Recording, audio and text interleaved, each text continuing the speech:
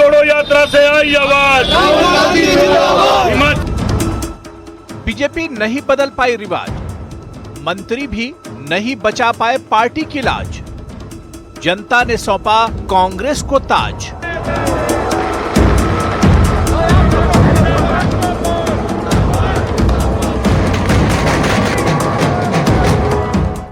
दावे धरे रह गए, उम्मीदें हवा हो गई, हर समीकरण ध्वस्त हो गए। कीर्तन ध्वनि से देवभूमि हेमा पेंटिंग एवं इसी पर नए चेहरे तो छोड़िए, सरकार के 10 में से 8 मंत्री पस्त हो गए। बीजेपी ने शायद ही सोचा होगा कि डबल इंजन की गाड़ी चलाकर भी इस कदर मुंह की खाएंगे, रिजल्ट आएगा तो 10 साल पीछे चले जाएंगे। इस सारी चीज पर मैंने कहा कि मैं जल्दबाजी में कोई टिप्पणी नहीं करना चाह रहा हूं। हम इसका एनालिसिस करेंगे, कहां कमी रही। बहुत अच्छी कैंपेन, बहुत सारी हमारी योजनाएं, बहुत सारे काम, लेकिन उसके बावजूद कई बार हो जाता है इस प्रकार से कोई 1-2 इश्यूज ऐसे आ जाते हैं जिनके कारण चुनाव की सारी धारा जो है प्रभावित हो जाती है। तो मुझे लगता है कि ऐसे इश्यूज बीच में रहे हैं जिनके कारण सारी चुनाव की वो जो है वो एक दिशा प्रभावित हुई, और निश्चित रूप से जो भी हुआ है उसमें अब कुछ कहना हो। सवाल है कि सालों भर 24 घंटे मैदान मारने में लगे कार्यकर्ताओं वाली पार्टी पहाड़ पर लगातार दोबारा क्यों न चढ़ सकी? सांसें फूली तो क्यों, रीढ़ झुकी तो क्यों, पैर ठहरे तो क्यों, सफर रुका तो क्यों, सुरमाओं की फौज क्यों हुई नाकाम? जनता ने जयराम सरकार को क्यों कहा राम राम? मैंने कहा कि हम जनमत का सम्मान करते हैं, उनका बहुमत आया, बहुमत संभालना मेरा काम तो नहीं है, वो तो उनका ही काम है, उस काम को वो करें।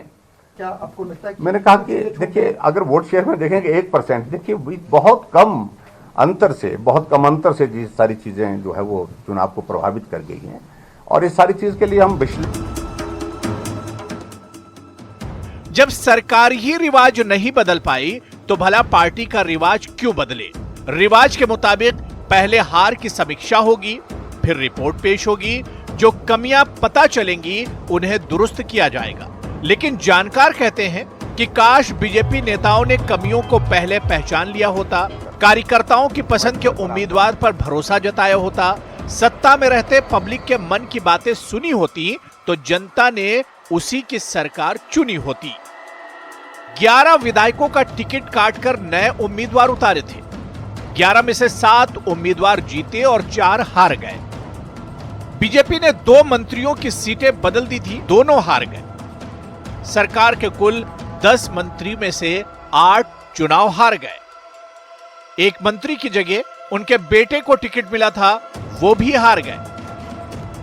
टिकट नहीं मिलने पर बीजेपी के 17 नेता बागी होकर निर्दलीय लड़े, तो 17 में से 3 बागी जीत गए, बाकियों ने पार्टी की जीत को हार में तब्दील कर दिया।